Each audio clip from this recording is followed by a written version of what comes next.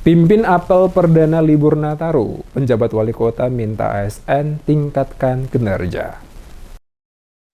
Penjabat Wali Kota Ambon Bodwin Watimena meminta ASN lingkup pemerintah kota atau Pemkot lebih meningkatkan kinerja di tahun 2023. Hal ini disampaikan Watimena saat memimpin apel perdana libur Nataru di halaman Balai Kota Ambon pada Senin 2 Januari. Dalam apel ini diikuti 90% pegawai Pemkot baik dari yang berdinas di Balai Kota maupun di luar Balai Kota, termasuk pegawai kecamatan, kelurahan, puskesmas, dan para guru. Watimena mengatakan apel perdana dilakukan sesuai dengan petunjuk Menteri Pendayagunaan Aparatur Negara dan Reformasi Birokrasi atau Menpan RB. Penjabat wali kota juga menyampaikan apresiasi atas sejumlah prestasi yang diraih selama tahun 2022 dan berharap di tahun 2023 kinerja untuk melayani warga kota Ambon lebih ditingkatkan agar lebih baik. Dikatakan predikat WTP ini juga selaras dengan salah satu dari 11 program dirinya selaku penjabat wali kota Ambon, yaitu peningkatan kualitas pelayanan pemerintahan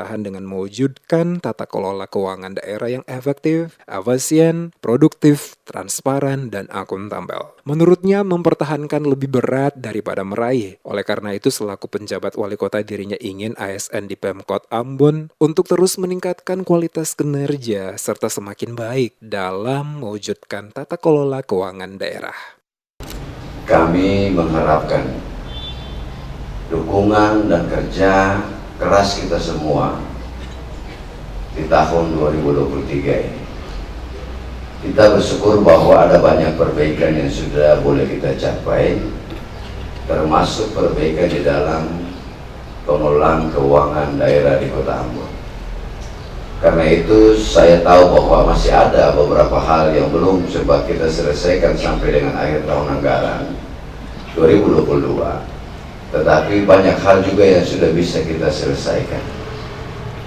Kemarin di tanggal 27 saya sudah sampaikan bahwa untuk ADD tersisa dan tunjangan sertifikasi para guru kita akan selesaikan nanti mudah-mudahan setelah tanggal 10.